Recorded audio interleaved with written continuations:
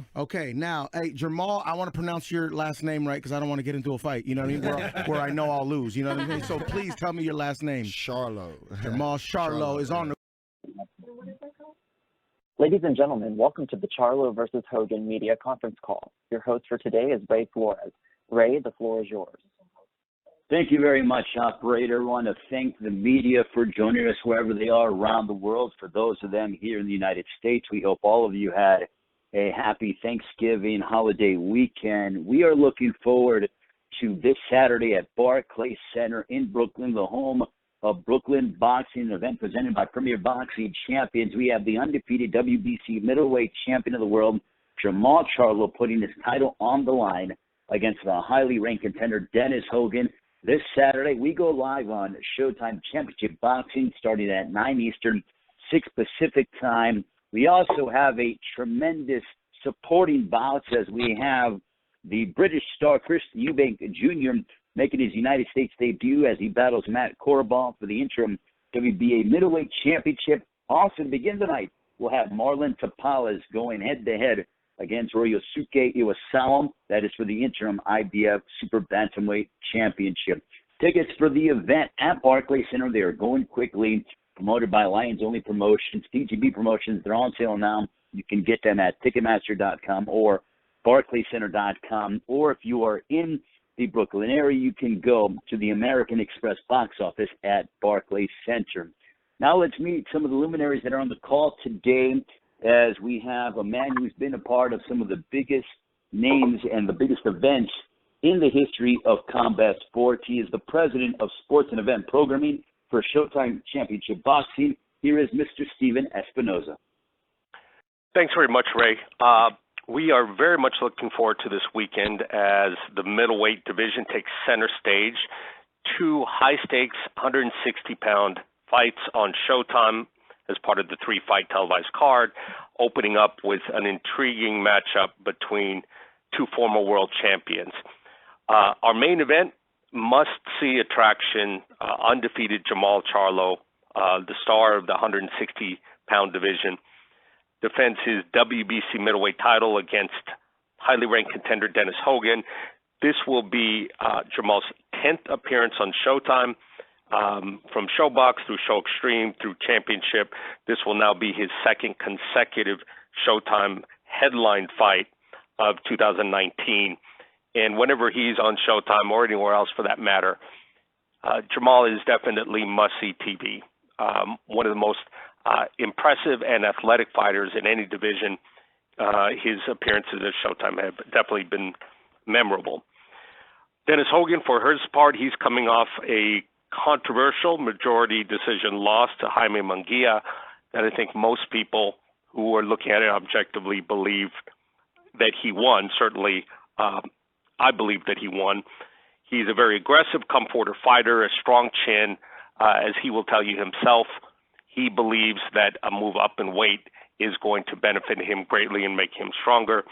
In other words, we've got the makings of a great matchup stylistically and personally, and we're looking forward to a great card this Saturday. Ray? Thank you very much, Stephen. Greatly appreciate that. And yes, as Stephen mentioned, Dennis Hogan, originally from Ireland, now fighting out of Queensland, Australia, having come off of a highly controversial loss against Jaime Munguia back in April. Before that, he came into the fight riding a 6-fight win streak. He has fought, this is a guy who takes on any and all comers. He's fought at super welterweight, middleweight, super middleweight, and light heavyweight during the course of his career. And also for the medium, if you want to know, we actually have Glenn Rushton, his trainer, also on the call as well. But ladies and gentlemen, please welcome the rising contender, 28 wins, 2 losses, 1 draw, 7 wins coming by way of knockout. Here is Dennis Hogan. Dennis, opening comments. Hey guys, how you going? I want to thank everybody for making this possible. Very happy to be speaking to you guys, and very, very excited to be on main event with Charlo at the Barclays Center in Brooklyn this weekend.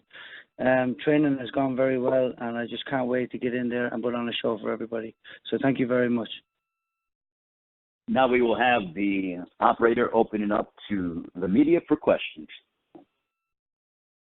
At this time, ladies and gentlemen, if you have any questions, please press star 1 on your telephone keypad.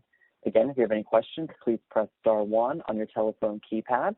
Now we'll allow just a few moments for the queue to build. Oh, and it looks like our first question is going to come from Carlos Toro with Fightful News. Carlos, your line is now open.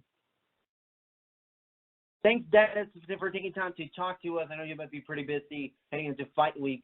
You know, it's no secret that you wanted the rematch against Jaime Munguia after what happened in Mexico, and it never happened. When it became clear that you weren't going to get that rematch, what were your options for your next fight? Did you try to see if you can get a title shot against any of the other champions at 154, or was the move to middleweight always there for, you know, after what happened? Yeah, I mean, we did chase the rematch, and then we found out that was a dead end. So we actually had someone locked in for a title eliminator fight, but that fight fell through. And we were lucky enough then that Jermall Charlo, being the champion that he is, offered me the fight for the WBC. So it was a tough couple of months trying to make that fight happen, and then having another fight fall apart. But again, you know, we kept the head down, kept the faith, and luckily my team was able to pull off this fight. And a big credit to the team, Jermall Charlo also, and to everybody for making this fight. And I've certainly put my hand up to take it, and here we are now ready for a cracking fight. So, is the loss to Jaime Munguia still sort of fresh on your mind? Do you use it as motivation, or have you sort of just moved past it and thought, you know, it is what it is, and, you know, my focus and your focus now solely on Jermall Charlo? Yeah, look, I mean, I put it in the past, but again, as everybody says, you know, with it being a controversial decision, when I left there, I genuinely felt like I won. So it's not like, you know, I've had a loss before, and you know, I had to do some soul searching and all the rest. But from this, I genuinely felt like I won. So my chin and my head was held high, and I said, okay, I can back up and I can do better than that. And so I got back into training. I had a couple of weeks off, but I got back into training. We worked hard on making and to become a better fighter all around. And now this opportunity is showing up. So, I mean, that's in the past. I have no resentments with all of that. It is what it is. It's just setting me up for a bigger success story for the future. So, you know, it's been quite some time, if I recall, since you last fought above 154 pounds. Heading into this training camp, is there sort of something different that's been being done to sort of get accustomed back to 160 pounds compared to when you were just solely focused on being at 154? Look, it's not a big difference. In terms of strength, we've been able to keep my muscle building stage at the start, my strength stage, a little bit longer. But we had a lot of time for this fight, so we actually were able to keep that going. We gained another kilo of muscle, and then that's all I need, because now it's really about not having to dehydrate so much. I'm very good at doing it, and I can still perform very well. But I've always wondered, do I punch as hard as I used to when I was middleweight or super middleweight before? And on Saturday night, we're going to find out. I'm excited. Thanks, Dennis. Best of luck this Saturday. Thank you. All righty, ladies and gentlemen, as a reminder, if you have any questions, please press star 1 on your telephone keypads. Again, if you have any questions, please press star 1 on your telephone keypads. And our next question is going to come from Hans Demistode with Round by Round. Hans, your line is now open. Hey, Dennis, how you doing? Good, thanks, mate. All right. First thing I wanted to ask you was, you know, obviously about the Munguia fight. What I wanted to know is it more difficult to, you know, get past the loss that everybody believes that you won, or is it easier to, you know, take a loss that you felt like, okay, I can go back to the drawing board and I can get better? But with the Munguia fight, so many people felt that you won. It's just like, damn, how do I go back and get better when I already should be a champion right now? Yeah, I mean, it's a good question. But the thing about me is I'm very goal-orientated, and my goal was always to be world champion. And even when they announced and still in the ring, you know, even then my head was booming with you know, there's a lot of positive can come from this, because my goal of being world champion, it never, for me, I felt like this may actually, even though I didn't get the decision here, this may actually set me up for bigger and better. I always have faith and a belief when following goals, and so I was right. I mean, after that, the whole world took notice, the boxing world took notice of what went on and what happened, and here we are. Like, for me right now, if you ask me how did you want your ideal world title to win your first world title, I would have told you New York. I would have said, Barclays Center or Madison Square Garden, one or the other. I would have said, with all my family and friends there. It's a 6-hour flight from Ireland. I would have said with everybody, with a good team around me, like I've got. Everything right now is exactly as I would have wanted it to be. So you know what? A little bump in the road down in Mexico set me up for something greater. You watch Saturday night, you'll see that I'll be taking this with everything I've got. Gotcha. Now my follow-up question would be, do you see any similarity between the two? Obviously, there's two different weight classes, but they are a little bit similar in size. I believe they're both the same height. They both are really big punchers. So do you see any similarities, or are they just like two completely different sorts of fighters? No, you're right. There is similarities. Me and my coach here, Glenn, I've sat there and spoken about them and in great detail, and I can see there's, as the saying goes, same but different. So there's little things that we can utilise, but overall, I mean, there is a good few similarities, but we have changed a lot up. Not a whole lot, but I mean, we've changed a bit up. And we'll be utilising that. But there is a few little differences there for sure. Gotcha. And just my last question for you, not really to harp back on the Munguia fight, but like I said before, so many people felt that you won, but you didn't get the decision. Charlo isn't from Brooklyn; he's from Houston, but he's fought several times and at the Barclays Center. Do you kind of feel with the way that you were treated in the Munguia fight that you kind of have to probably be a little bit more aggressive than you naturally are, or do you feel that you'll get a fair shake in terms of a decision over here? Well, I mean, after the Munguia fight in training, we actually amped it up a lot. So you can see that I will be actually twice as fit as I was for the Munguia fight, and I've made all the changes to become a much more rounded fighter. This is Hurricane 3.0 right now. So I've put so much work in to even get to this point right now, to be finished all the hard work and to be in table week. I'm actually proud of myself, and I've never said that before. The amount of work that I put into this, blood, sweat, and tears to become a better fighter, I'm already proud of myself. So going in here Saturday night is going to be good for me. But again, with the Munguia fight, I put it behind me in that. But you know what? I still get tagged in posts like all the time about how they reckon I've won and how the people themselves. The most common thread in terms of messages was, Dennis, I'm Mexican. I was up for Jamie Munguia that fight, but I felt you beat him. So it was a little bit heartbreaking every now and again when I seen that, after I put that to rest in my mind. But you know what? That spurred me on to go train harder every time that happens. So it sparks something in me every time I get tagged in those things, and I channel that energy into my training. So on Saturday night, you will see that difference in me, no doubt. Gotcha. Thank you, man. I really appreciate it, and I'll see you Saturday night at the Barclays Center, man. Thank you very much. Take care. All right. Once again, as a reminder, ladies and gentlemen, if you have any questions, please press star 1 on your telephone keypad. In the meantime, our next question will come from Jake Donovan of the boxing scene. Jake, thank you very much.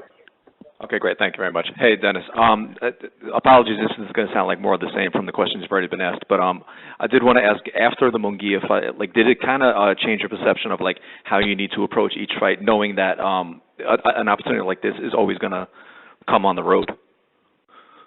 Yeah, no, I certainly have. You know what I mean? Again, I was riding a 5 or 6 fight winning, a 6 fight winning streak, and I was just so used to being in the flow and winning. But now I'll still be in the flow, but we've added a lot more ferocity and fierceness to what I'm doing in there. So you will see that, and obviously that will help Also, the way we train up in Stretton has changed a bit. It's become a lot more competitive up there, and in terms of winning rounds and that, not just getting the work done. So we've certainly seen that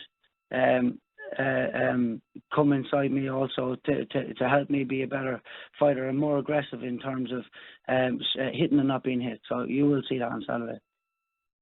Very cool. And then I know you touched on the weight, the training process. Do you see yourself ever going back to junior middleweight? Obviously, the goal is to win the middleweight title and then, possibly defend it. But do you see that as the pathway to even bigger opportunities and therefore a reason to stay at middleweight? I didn't really think about it, but to be honest with you, right now, with the power I'm getting in my shots, I think that we're going to make a big statement here on Saturday night, and that's going to be my weight. That's really how I'm feeling right now. For me, there's no plan Bs until that opportunity comes along. So right now, plan A is go out there Saturday night, put on a great fight, become the WBC middleweight champion of the world, and go on from there. So, and again, my goal is always to be unified world champion. So there's some big fights in that division, and right now that's all I'm focused on. But first and foremost, I'm focused on Jermall Charlo only. Okay, very cool. Thank you so much, Dennis, and really look forward to seeing you Saturday night. Thank you very much. Take care. My pleasure. Dennis, and we know that the Irish fight fans are some of the best fans around the world. Can you tell us about the response you're expecting on Saturday at Barclays Center when you make your ring walk, trying to make your dream become a reality? I mean, if you look at what happened in Monterrey, it was a 16,000 stadium, and you could hear at least 15,000 Mexicans there, shouting, and that depth. But you know what? The 30 to 50 Irish Australians that were there was just so loud. They were closer to the ring, obviously, but anytime I landed a shot, you would know about it. And I mean, that was down in Mexico. Right now there's friends that I had in play school that have been hitting me up on Twitter that are all going flying over.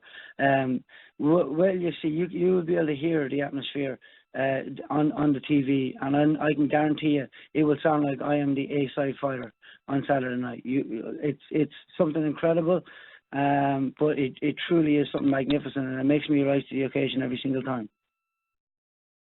Well, Dennis, we know that we appreciate you being so generous with your time as you get set for your World Championship opportunity on Saturday live on Showtime Championship Boxing, 9 Eastern, 6 Pacific time from Barclays Center in Brooklyn. Dennis, if you have any final comments as you get set for your matchup on Saturday evening against Jermall Charlo. Again, this is, I'm about to make a dream come true, so I want to thank everybody involved, my team, all you guys, everybody that makes this possible. I want to thank everybody. I'm very grateful, and I'm going to put on a big performance for everybody and walk away with the world title. I want to thank Showtime, also Stephen Espinoza, PBC, and Tom Brown, Charlo, his team, everybody there. But you know what? I'm going to win the world title Saturday night, so. Thank you very much to Dennis Hogan. We appreciate it. We look forward to seeing him as Fight Week progresses. Now let's meet his adversary, the champion, who is trained by renowned trainer Ronnie Shields. 29 years of age, was a world champion first at 154 pounds before coming up to the middleweight division. As you heard on the call here, he's no stranger to Barclays Center. He actually won the interim middleweight championship with a highlight reel knockout over Hugo Centeno Jr. last year. After being made the full middleweight champion, he defended his championship down in his hometown of Houston live on Showtime against Brandon Adams, where he looked tremendous. This man undefeated, 29 bouts, 29 victories, 21 of those coming by way of knockout. He loves the city of Houston. He represents it everywhere he goes, and he's making Barclays Center a second home. Please welcome the world champion, Jermall Charlo. Jermall? Yeah, how you doing? Hey, everybody. Do you have opening comments, Jermall? I'm ready. I'm ready. December 7th. I'm going to deliver something explosive, something that Dennis Hogan going to remember for the rest of his life. I promise to give my fans a better Jermall Charlo, the best Jermall Charlo that there is. I've been working hard with my camp, I want to thank my whole team. I want to thank Showtime, Stephen S. Mendoza, Ronnie Shields, Al Heyman. I want to thank Ellis Jackson, everybody who has been involved with Jermall Charlo from this point on. It means so much to me, and for everyone to stay by my side and hold me down. I want to give y'all the biggest hug and the biggest thank you. All right, now we will open up questions for Jermall Charlo for the media. If you have a question for Jermall Charlo, by all means, the champion is here taking questions. Ladies and gentlemen, at this time, if you have any questions, please press star 1 on your telephone keypad. Again, if you have any questions, please press star 1 on your telephone keypad. I'll go ahead and allow a few moments for the queue to build. All right, our first question will come from Carlos Toro with Fightful. Carlos, your line is now open. Thanks, Jermall, and thank you so much for taking time to talk to us. You know, Dennis was telling us earlier in the call about his plans of fighting in a title eliminator of sorts after the Jaime Munguia loss, and then was offered the fight against you. So in your eyes, why does Dennis Hogan stand out against any other potential contenders that may or may not have been on the table when looking at this upcoming title defense? Dennis Hogan, possesses a lot of skills and a lot of natural attributes that, I think we can exploit, and he makes a great opponent for me as far as me, no one else wants to fight me, and he's a tough guy who wants to stand in there and fight. So, I think it makes great for a great fight. There's no question, obviously, you are the WBC World Champion, but do you feel like some people may be overlooking you, or feel like, you getting this title is being overshadowed by the way that you got it because of the whole Canelo Alvarez franchise situation that you pretty much had no control of? No, real fans and real, boxing fans, not the casuals or just people who don't know boxing, they understand and they know that I had nothing to do with it. The WBC calls its own shots and makes their own rules, and they've been doing that for years. I absolutely had nothing to do with Canelo moving up to the franchise belt, but I mean, think about it. Like if they say, hey, you won the lottery, you're like, dang, I forgot I played the lottery. You're not gonna not take the money, right? So think about it. I mean, it's just a world title. It's a trophy for me. My legacy means more than me just having a belt, Everyone in boxing, they understand. So, for anyone who don't, they'll understand later. Coming into this fight, obviously it's almost a year to the day where, you had the last time you fought at the Barclays Center and you had the fight against Matt Korobov. It was your third fight at middleweight, and now you're coming into this fight, your fifth fight at middleweight, firmly planted as the champion. Do you kind of feel, that this is your absolute best weight? I remember you and I were talking, and you told me that you might need some time to sort of get acclimated to middleweight. Do you feel like you're now, fully, integrated as a middleweight fighter, and your body is at the best it could possibly be fighting at this division? I'm one of the biggest middleweights out there. I'm the best middleweight out there. That's why I'm the WBC champ. I have things that these other middleweights haven't been able to show in years. So, yeah, I'm getting acclimated to the weight. Of course, I've been making 160 pounds for quite some time now, because when I was at 154, that wasn't my natural weight. That's why I moved up in weight. You only get older and stronger and grow. And I've grown to the middleweight division. Me and my team has executed a great game plan to get down to the weight division, and we're going to compete at the highest level. Thanks, Jermall. Best of luck this Saturday. Looking forward to the fight.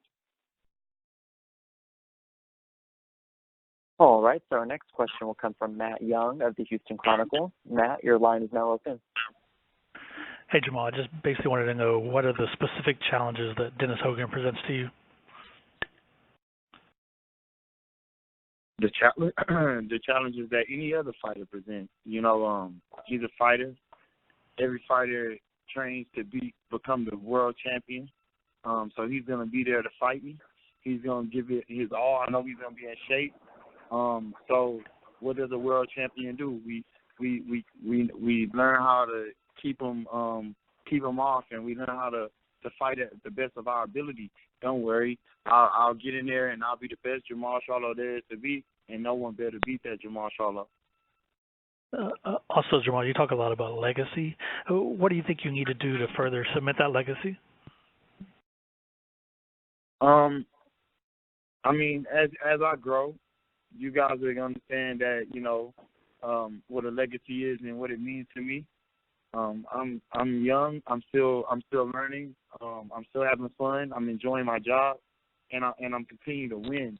So it's obvious when I say legacy that I'm meaning my whole career, and to make a statement in my career is to get the biggest fight and to capture the world titles that I'm presented with. All right, thank you. All right, ladies and gentlemen, just as a reminder, if you have any questions, please press star 1 on your telephone keypad. Again, just as a reminder, if you have any questions, please press star 1 on your telephone keypad. Our next question will come from Hans Damestode with Round by Round. Hans, your line is now open. Hey, Charlo. You just said something that I thought was pretty interesting when you said that fans are going to see the best Jermall Charlo. I remember that you said on several occasions that, you know, that you really wanted to get this stoppage. You went to decision, I believe it was 2 times in a row now. We all know that you really want to get the stoppage, but isn't it a good thing to continue to, you know, go the full 12 rounds just to continue to build on that experience, or would you just rather just get in and get out?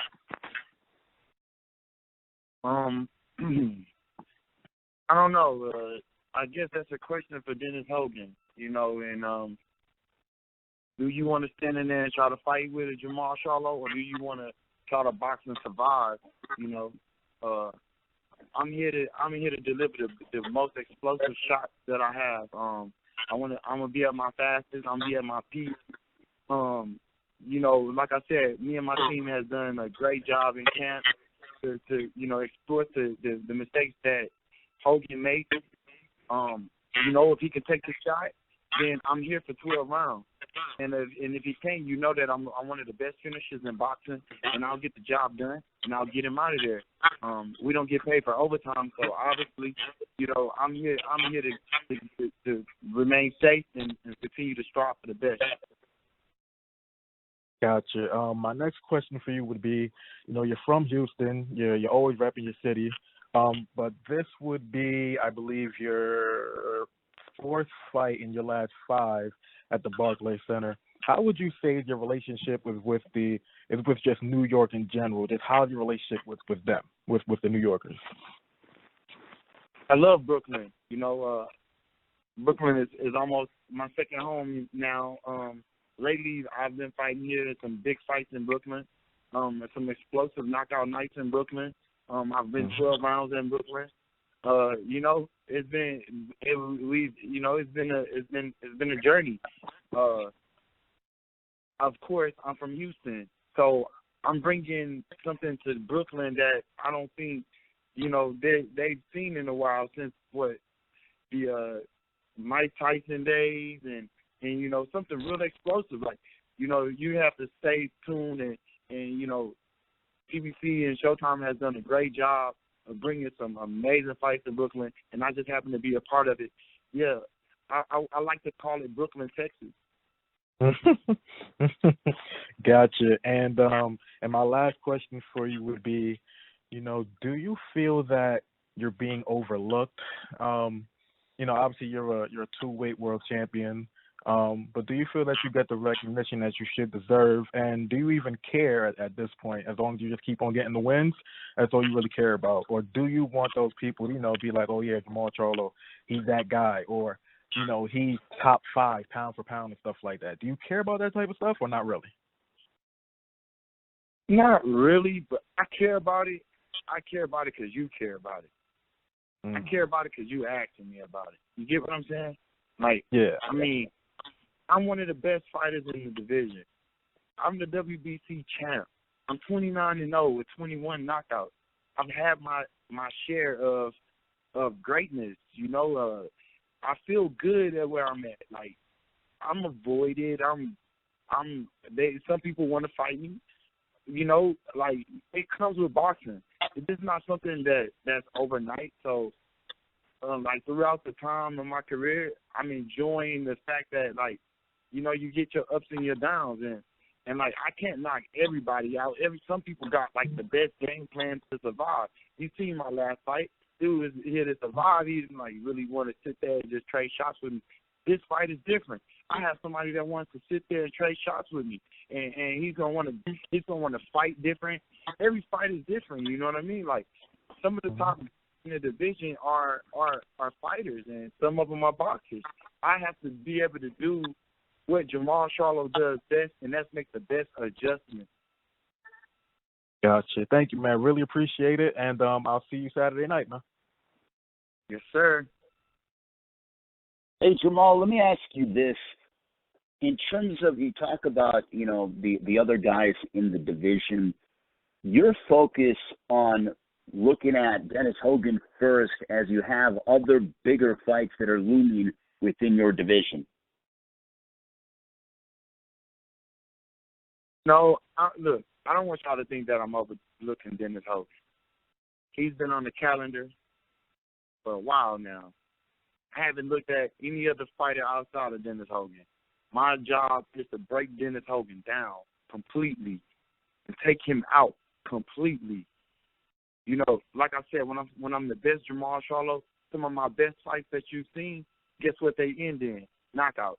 Dennis Hogan can talk a good game about, wanting to be a world champion, because that's what you're supposed to do when you're hungry and you want to be, the world champion. You want to fight against the world champion, but you have to make sure that, like, the mistakes that you make aren't the same mistakes you've been making.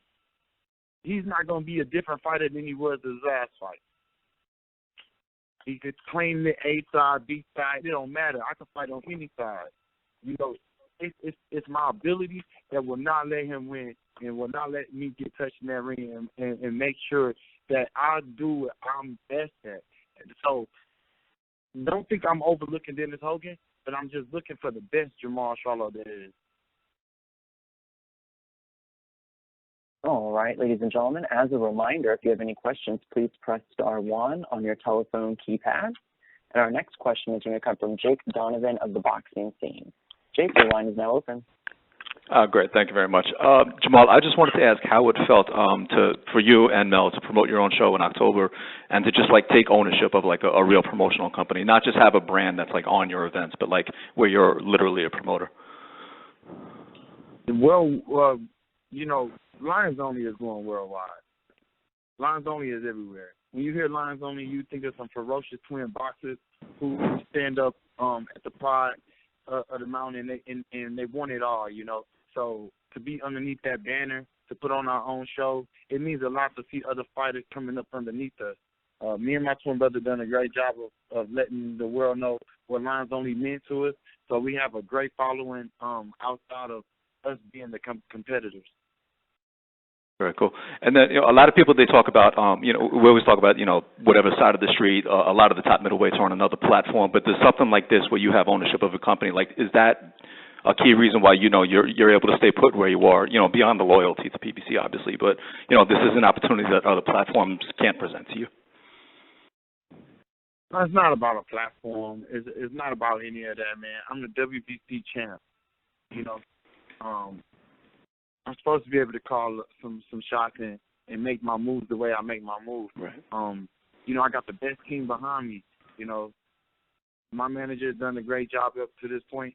I'm loyal, so I'm going to continue to keep my loyalty and my faith, and I'm going to continue to win, and I'm going to prosper. All right, very cool.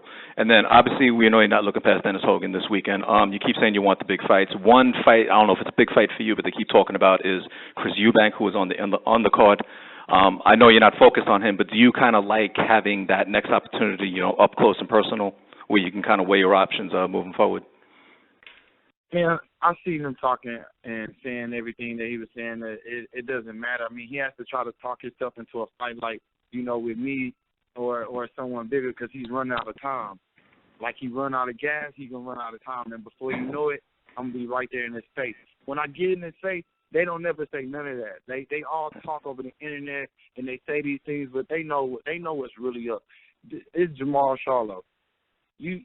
I'm not one of those fighters that you can just, you can choke on and put your finger in front of it at the way it is. I'm not gonna do the bumping and grabbing and shit like that. We're gonna fight, So let them talk. I'm not from the UK. I'm from Houston, Texas. You gotta do your research. We don't play that around here. Like, they can say whatever they want to say, but when it's time to fight, I want to see them talk that same game.